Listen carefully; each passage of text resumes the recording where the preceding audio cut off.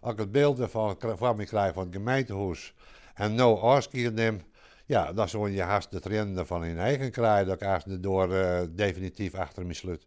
Jan Hania neemt afscheid. Hij is niet meer als 30 hier een begrip in de gemeenten Dantumediel en Noord-Ist-Friesland.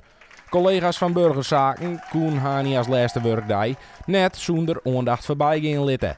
Zo Helle Janko van Lingen Hania van Hoes in een versierde pensioensauto. En Jan wie altijd, hij deed alles voor ons.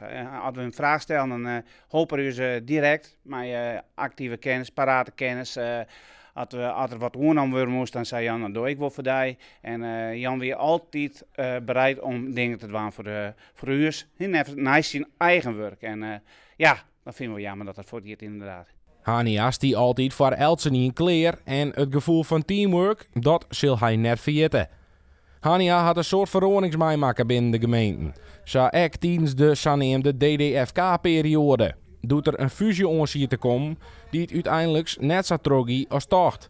En tot mijn verrassing kwam ik in Dokkum toen in een hele naaie organisatie te lonen.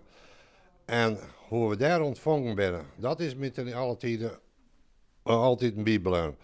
En ik merk dat Joet ook bij het afscheid nemen. Iedereen staat hier massaal om maar bij de vaardoor en de ontvangst die ik van de morgen thuis gekregen heb.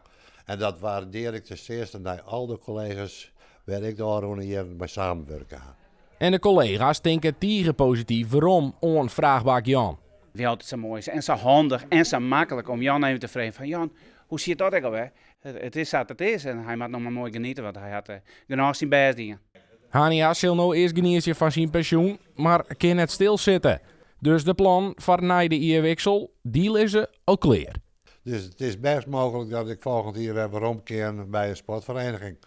En misschien ook wel wat oors, want er zijn meer vragen. Maar dat zien we dan wel op u komen. En dit hier hoor ik alles van me af.